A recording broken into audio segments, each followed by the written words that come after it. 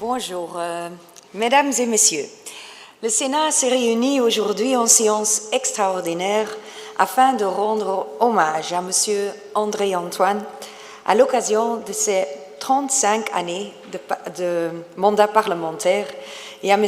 Jean-Paul Waal et Bert Anciaux à l'occasion de leurs 25 années de mandat parlementaire. Il a plu à Sa Majesté le Roi d'envoyer le telegram suivant. Ter gelegenheid van de huldiging door de Senaat van de staat van dienst van enkele parlementsleden wens ik mijn waardering tot uitdrukking te brengen voor de inzet die betoond werd door de heer André Antoine tijdens zijn 35-jarig parlementair mandaat en door de heren Jean-Paul Waal en Bert Anciaux tijdens hun 25-jarig parlementair mandaat. Het is mij een bijzonder genoegen om samen met de blijken van sympathie die hun betuigd worden, mijn beste wensen aan te bieden voor hun geluk, hun gezondheid en hun verdere inzet ten dienste van het land. Mevrouw Iliane Tillieu, voorzitter van de Kamer van Volksvertegenwoordigers, heeft ons het volgende telegram gezonden. C'est avec grand plaisir que je m'associe au nom de la Chambre des représentants à l'hommage qui sera rendu par le Sénat à M. André Antoine pour ses 35 ans de mandat et à M. Jean-Paul Waal et Bert Anciaux pour leurs 25 années de mandat. La Chambre des représentants adresse ses vives félicitations aux jubilaires et les remercie d'avoir contribué aux travaux parlementaires dans notre pays. Nous partageons la fierté qu'ils ressentent à l'occasion de ce signe formel de reconnaissance pour les nombreuses années consacrées au service de notre démocratie parlementaire. En dan tenslotte bezorgde de premier ons onderstaande brief. In naam van de federale regering en in mijn persoonlijke naam wens ik de hartelijkste gelukwensen aan te bieden aan de leden van de Senaat die vandaag gehuldigd worden ter gelegenheid van hun parlementair jubileum. André Antoine, Jean-Paul Waal en Bert Anciaux hebben elk op hun manier een onuitwisbare indruk achtergelaten in de politieke geschiedenis van ons land. We danken deze senatoren voor hun democratische engagement en hun jarenlange toewijding ten dienste van de burgers. Dames en heren, we huldigen vandaag 3 senatoren die hun parlementaire loopbaan starten in het vorige millennium. 3 politici die ooit dezelfde oude provincie Brabant bewoonden voor de herverkaveling van België hen van elkaar scheidde in verschillende provincies en gewesten. Al is het ook juist door die herverkaveling van ons land dat ze vandaag teruggebracht zijn in 1 assemblée, de Senaat.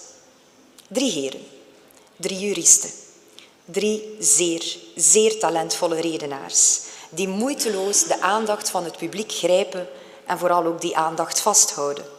Maar bovenal ook 3 parlementsleden, die al decennia lang bewijzen dat een parlementair mandaat een zinvol engagement is. Een engagement waar je effectief een steen kan verleggen in die rivier. Het feit dat parlementsleden zaken kunnen in beweging zetten en zaken kunnen veranderen. Ik zou dus ook in mijn persoonlijke naam, maar ook in naam van de voltallige Senaat, jullie van harte willen bedanken. En ik geef nu graag het woord aan de collega's die de huldewoorden zullen uitspreken. Je donne la parole maintenant à monsieur Courard voor het huldebetoon aan de heer Antoine. Monsieur Courard, à vous la parole. Merci Madame la Présidente. Mesdames, Messieurs, chers collègues, voici bientôt 5 ans que le Sénat a eu le plaisir et l'honneur d'accueillir en son sein M. André Antoine, en sa qualité de sénateur des entités fédérées, désigné par le Parlement de la Fédération Wallonie-Bruxelles. Depuis, ses qualités oratoires et son humour légendaire n'ont eu de cesse que de nous enchanter. Oui, plus que sa chère maman aurait pu souhaiter comme plus bel aboutissement à un parcours politique si dense, elle voyait en ce mandat de sénateur le couronnement d'une brillante carrière politique.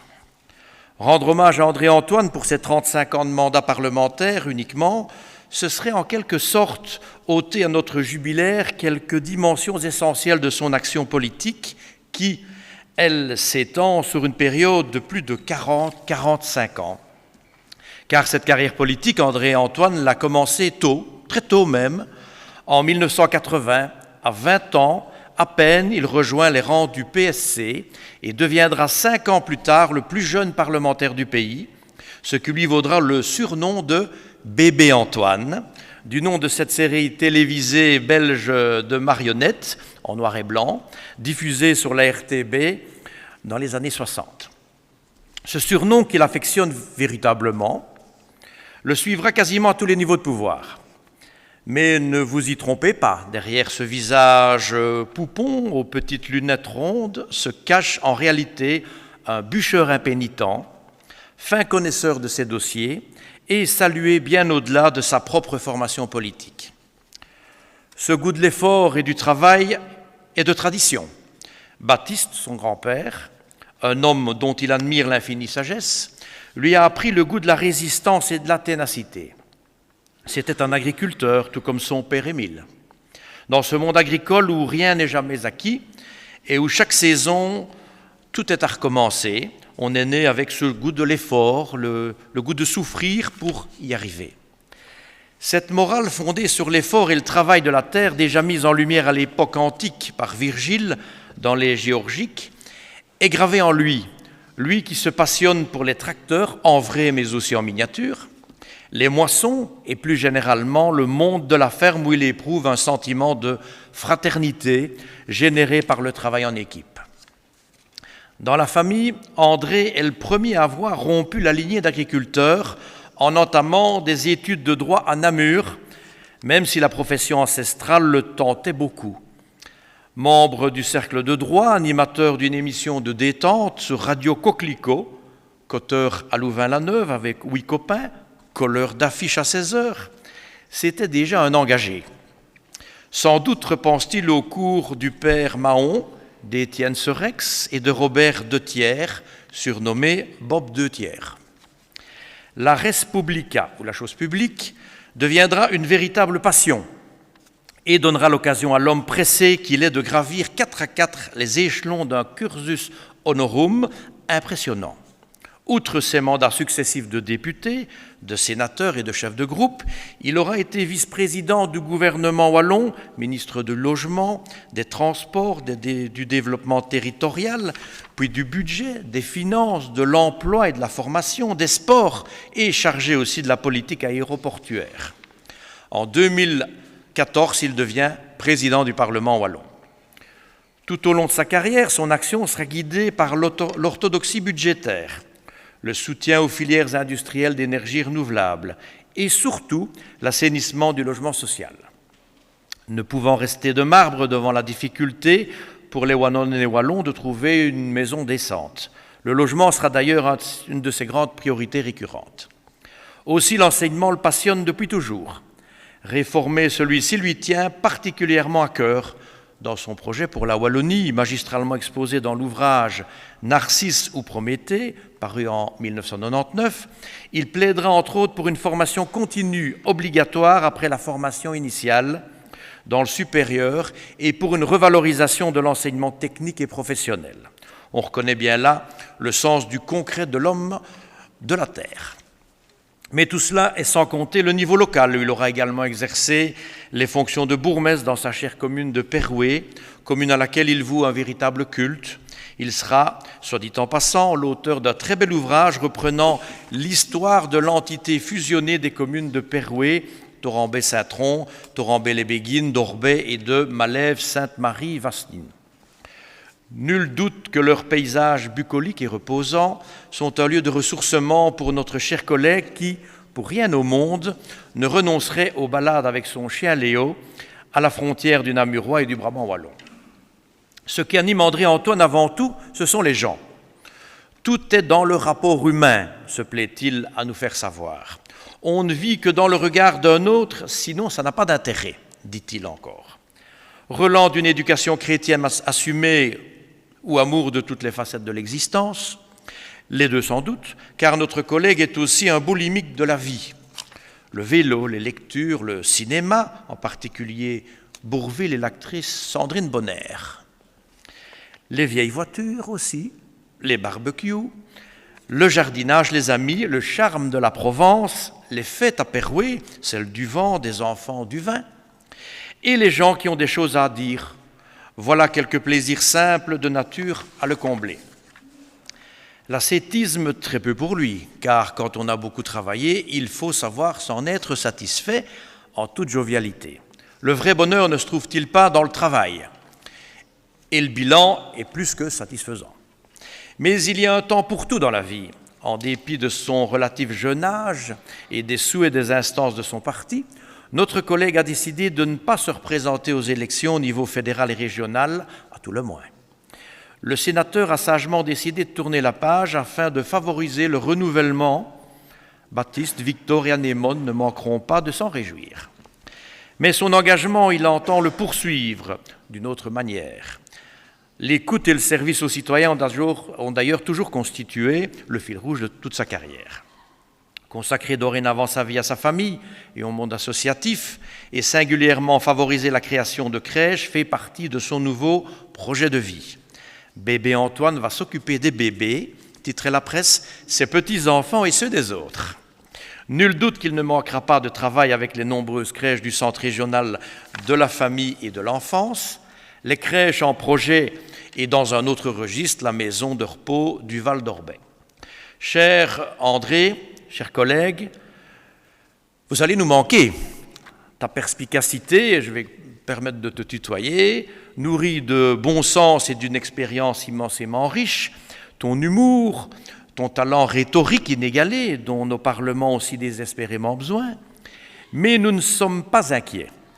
Ton dynamisme perpétuel et ton goût irrésistible de l'action trouveront à s'accomplir dans d'autres nobles causes, car, comme tu le dis justement, dans l'associatif, il faut s'investir, donner et puis recevoir. Au nom du Sénat, je t'adresse mes plus chaleureuses félicitations à l'occasion de ce jubilé. Je tiens également tout particulièrement à te remercier pour ta jovialité au sein de notre Assemblée et je te souhaite plein succès, au nom de l'ensemble des collègues, dans toutes tes entreprises futures. Merci. Félicitations.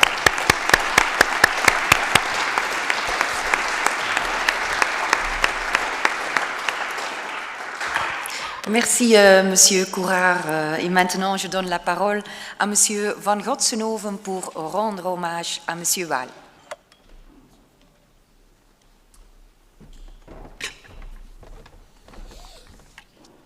Madame la Présidente, chers collègues, Mesdames et Messieurs, aujourd'hui nous sommes rassemblés pour célébrer un jalon remarquable, les 25 ans de mandat parlementaire de notre estimé collègue Jean-Paul Waal. Un quart de siècle donc au service de la politique, de notre région, de notre pays. C'est une aventure exceptionnelle que peu peuvent revendiquer. Et c'est cet engagement, cette passion pour le service public que nous honorons aujourd'hui, cher Jean-Paul. Né à Uccle en 1955, tu avais sûrement un destin politique. La politique devait être inscrite dans son ADN puisque tu es l'arrière-petit-fils d'un bourgmestre de Tirlemont. Après tes études de droit à l'Université catholique de Louvain, tu t'es installé à Jodogne, une ville que tu as littéralement transformée au fil des ans.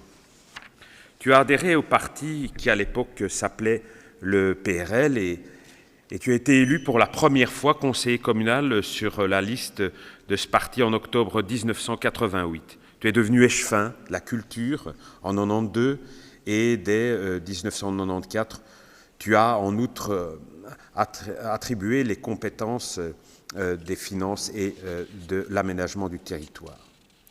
On te les a attribuées, ces compétences au demeurant importantes. En 1999, lorsque le bourgmestre de Jodogne de l'époque, un certain Louis Michel, devint ministre au sein du gouvernement fédéral, tu hérites de ses fonctions. Tu deviendras bourgmestre en 2004, mandat que tu exerceras jusqu'en 2018 avec passion et dévouement.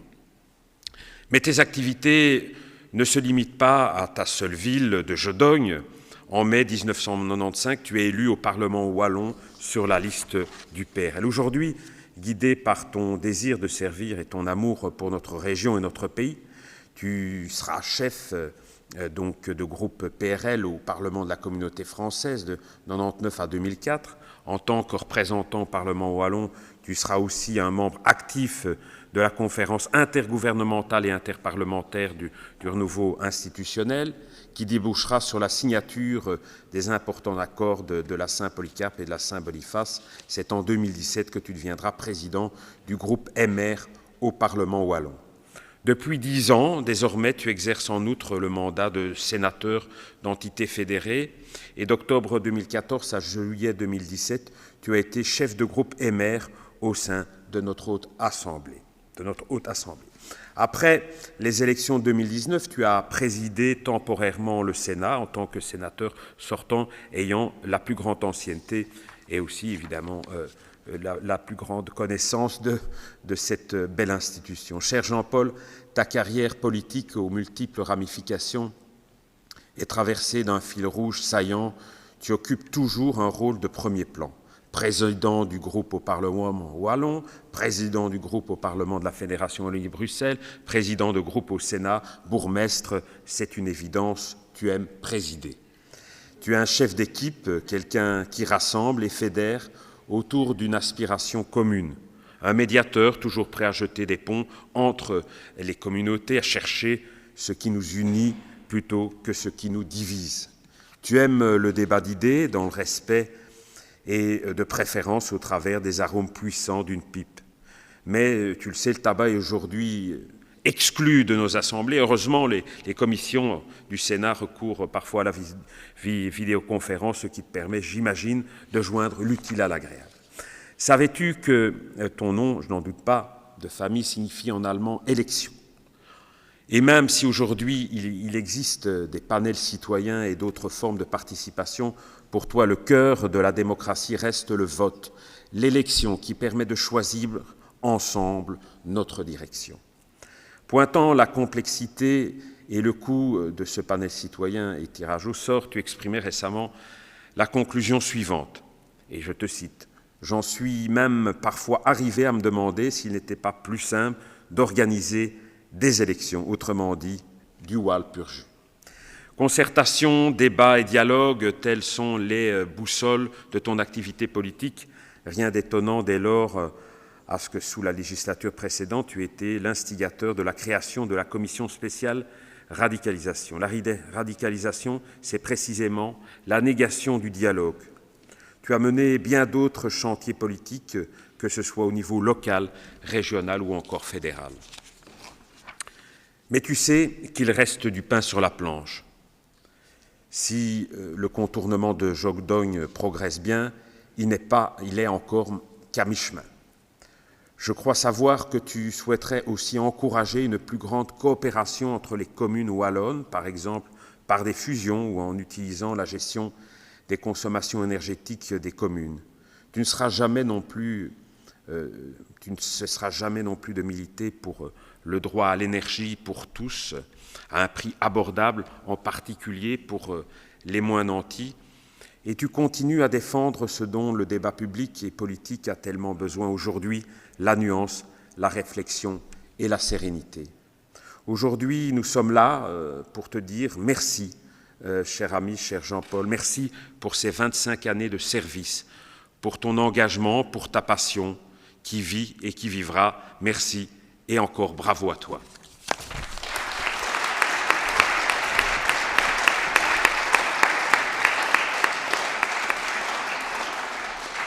Merci, monsieur Van Gotsenhoven. En nu geef ik graag het woord aan mevrouw Brouwers voor het huldebetoon aan de heer Anciot.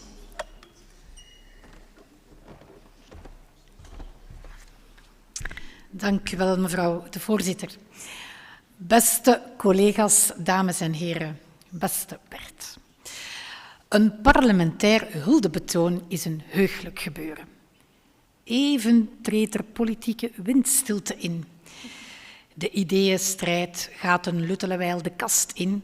Er wordt even niet met amendementen gezwaaid, maar wel met lof en wierook. Dit is parlementaire quality time. Ik weet niet, collega Bertanciot, of u dit nu ook zo ervaart.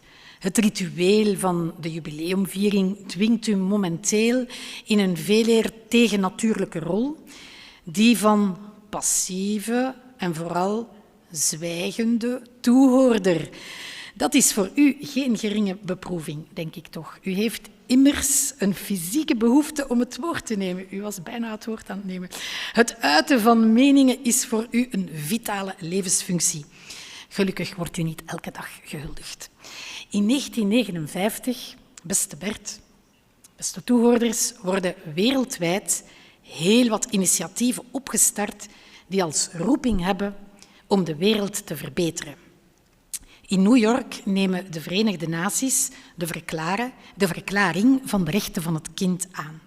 In Straatsburg wordt het Europees Hof voor de Rechten van de Mens opgericht. In België wordt het Schoolpact getekend. En in Merksem wordt Bert Anciaux geboren. Bert Anciaux definiëren als een wereldverbeterend project is de zoveelste ambitieuze, doch vruchteloze poging om het eeuwig uitdijende universum dat wij Bert Anciaux noemen in enkele woorden te vatten. Hoe beschrijf je een politieke rollercoaster die al 48 jaar voortraast? Het meest aangewezen middel is een encyclopedie. Maar ja, ik heb slechts een handvol minuten.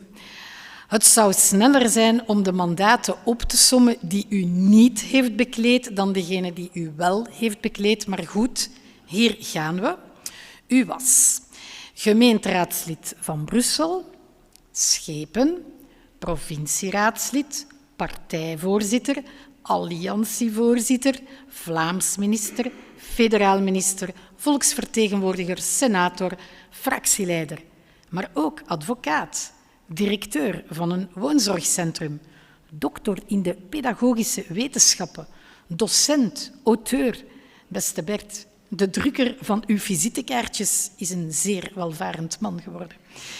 Uw doortocht doorheen onze staatsinstellingen heeft een breed wetgevend spoor nagelaten.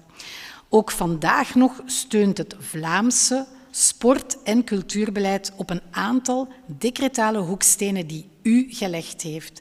Er zijn intussen ook al 76 wetsvoorstellen van uw hand die wet geworden zijn. 76 wetten Anciaux. De Kamer heeft net de Code Napoleon opgeheven, maar verspreid over ons wettenbestand ligt er nu een Code Anciaux. Wie die 76 wetten tegen het licht houdt, komt wellicht redelijk dicht bij de kern van die wereldverbeteraar in u. Er is voor eerst een hele brok institutionele regelgeving. Die is de vrucht van uw Vlaamse bewogenheid, van uw streven naar een gelijke behandeling van Vlamingen, Walen, Brusselaars en Duitsstaligen. Naar een staatsinrichting waarin elke gemeenschap de vrijheid heeft om haar eigen culturele identiteit te ontwikkelen. Daarnaast is er een breed pakket maatregelen die de zwakkeren en kwetsbaren in onze samenleving in bescherming neemt. Bedelaars, kinderen, personen met een handicap, asielzoekers, slachtoffers van mensenhandel, van mensensmokkel, van huisjesmelkerij. Dat is de vrucht van uw streven naar een samenleving die rechtvaardig is, sociaal, zorgzaam. De kroon op dat segment van uw wetgevend legaat is de wet op de internering. Eindelijk kwam er een einde aan de willekeurige behandeling en de verwaarlozing van geïnterneerden. Die 76 wetten zijn ook stuk voor stuk een krachtig bewijs dat een parlement kan wegen. Dat beleidsvoering geen monopolie van een regering hoeft te zijn. Dat parlementsleden een verschil kunnen maken. Beste Bert, de 3 cruciale woorden zijn inmiddels gevallen. Vlaams, sociaal, zorgzaam. Het is de ondertitel van het boek dat u schreef samen met wijlen uw vader, Vic Anciaux, uw vake, en uw dochter Brit. Vlaams, sociaal, zorgzaam. Die 3 adjectieven, beste Bert, zijn misschien nog wel de beste definitie van u. Een encyclopedie hoeft helemaal niet. 3 woorden zouden wel eens kunnen volstaan. 3 drijfveren die in de loop van uw lange politieke mars soms haasje overspringen om vooraan te kunnen staan, maar veel vaker hand in hand gaan. Het politieke pad dat u bewandelt werd trouwens in grote mate ook al wel geëffend door Vic Ancio, die dorpsarts was in Machelen. Vlaamse ontvoogding en sociale strijd kwamen ook bij hem al samen. En dan is er natuurlijk ook die andere grote politieke mentor, Maurits Kopieters, die de Vlaamse beweging op sleeptouw nam richting ontzuiling, openheid en verdraagzaamheid. U bent ooit rechten gaan studeren om uw idealen maatschappelijk waar te maken. Maar gaandeweg ontdekte u dat het recht hooguit de maatschappij kan ordenen. De impact op mens en samenleving blijft misschien toch al bij al gering. En wellicht is dat één van de redenen waarom u veel later pedagogie en agogiek bent gaan studeren. Mensen vormen. Het zou wel eens meer impact kunnen hebben dan wetten uitvaardigen. En er ontbreekt misschien nog 1 diploma, Bert, om optimaal gewapend uw 3 idealen na te streven. Dat van arts. Zorgzamer wordt het niet, maar ik denk dat u er vrede mee heeft dat die fakkel die uw vader al droeg intussen werd overgenomen door de volgende generatie. Politiek, dat is voor u de samenleving opbouwen. Uw drang naar samenlevingsopbouw is echter meer dan een ideologie. Het is een fysieke behoefte. En wanneer het u even niet lukt als politicus, timmert u verder aan de weg als advocaat met een boek of als directeur van het zorgcentrum De Overbron. Een zorgcentrum dat trouwens veel meer beoogt te zijn dat een woon-leefcentrum is. Vlaams, sociaal, zorgzaam. Heel misschien moeten we er toch nog 1 adjectief aan toevoegen. Als ik uw politieke tocht overschouw, als ik u beluister hier in het halfrond of in een commissie, dan denk ik ook vrij. Bert Ancio wil vrij zijn. Bert Ancio past niet in een keurslijf. Bert Ancio is allergisch voor de greep van ideologieën, voor de greep van politieke partijen, voor de druk van de massa. Vive ma liberté, zong Arno. Het zou zomaar uw credo kunnen zijn. Je bent een beetje een Tijl Uilenspiegel, een vrijheidsstrijder met een vrij gevochten levensvisie en een drang naar waarheid en eerlijkheid. En ook een klein beetje schelms. Zelf heb je een citaat van Marcus Aurelius, de Romeinse keizer-filosoof, tot jouw motto gemaakt. Dat is: als je een hindernis op je weg vindt, moet je van die hindernis je weg maken. Het is een prachtige boodschap van doorzettingsvermogen en geloof in de toekomst. Blijf je weg volgen, beste Bert. En namens de Senaat, en ik neem aan namens iedereen hier aanwezig, onze hartelijke felicitaties voor uw 25-jarig jubileum. Dank u wel.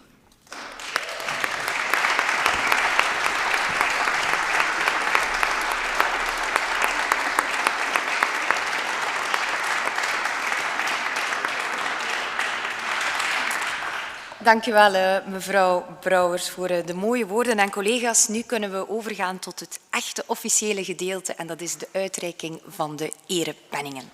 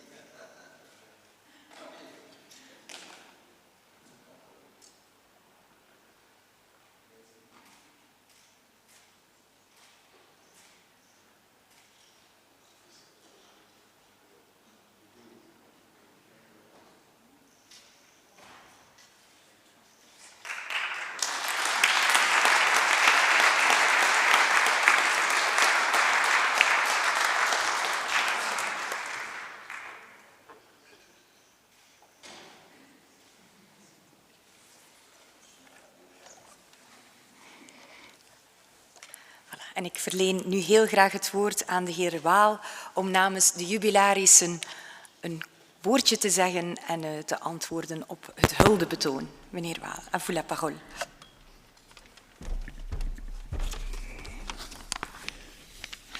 Je suis amené à prendre la parole au nom d'André-Antoine et de Berthanciot. Je leur ai promis de ne pas en profiter et ils m'ont cru. Mevrouw de voorzitter, beste collega's, dames en heren, et je vois aussi un certain nombre d'anciens sénateurs honoraires que je remercie. De heer Antoine, de heer Anciot en ikzelf willen u, mevrouw de voorzitter, van harte danken voor dit eerbetoon. Het ontroert ons. We zijn ook vereerd door de boodschappen van de koning, de voorzitters van de Kamer en de eerste minister, die zich scharen achter de vele blijken van sympathie die we vandaag mochten ontvangen. André-Antoine, Berthanciot et moi-même serions-nous devenus des sages en raison de notre expérience? J'ai un doute. Et je crois que tous trois, nous préférons répondre par la négative. Combien de fois n'avons-nous pas tenté de convaincre l'autre de la justesse de nos propositions? Avec Berthe, dont le parti, admettons-le, n'a pas toujours les mêmes visions que le mien, et avec André, depuis longtemps, combien de fois ne nous sommes-nous pas empoignés dans nos échanges d'idées? Mais alors, André et moi, alors que nous étions tous deux bourgmestres de communes voisines dans l'est du Brabant wallon, combien de dossiers n'avons-nous pas pu faire aboutir ensemble dans l'intérêt respectif de nos communes? Et encore aujourd'hui, nous collaborons pour l'installation d'une nouvelle crèche à Jodogne. Car je suis certain que nous avons acquis la conviction que personne ne pouvait prétendre détenir le monopole de la vérité et que c'est du débat démocratique que jaillissent les solutions. Nous sommes tous trois convaincus que le plus grand danger qui nous guette est la montée des extrémismes tant au nord qu'au sud du pays. Bij de volgende verkiezing staan we als democratische partijen tegenover elkaar. We staan echter ook voor een gemeenschappelijke vijand, het extremisme. Het is onze plicht om onze medeburgers telkens weer uit te leggen dat we het geluk hebben in een land te wonen dat garant staat van onze welzijn. Bien sûr, nos institutions sont complexes. Bien sûr, nous souhaitons les simplifier. Mais elles assurent la paix dans notre pays. Peut-être parce que notre territoire a été pendant des siècles le champ de bataille de l'Europe, avons-nous dans nos gènes ce sens du compromis qui nous a permis d'éviter les violences. Beste collega's, sta me toe de woorden van Jacques Brel te paraphraseren. Nous ne sommes pas du même bord, mais nous avons le même port. Alle democraten hebben hetzelfde doel voor ogen, het welzijn van onze medeburgers.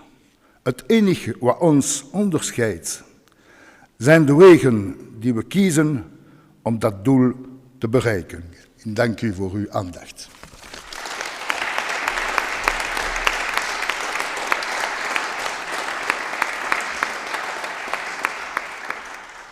Merci, Monsieur Waal, pour vos mots inspirants. Alors, je déclare la séance extraordinaire close en ik nodig hierbij alle aanwezigen uit voor een receptie in de salons van de Senaat. Dank u wel voor uw aanwezigheid en proficiat aan de gehuldigden.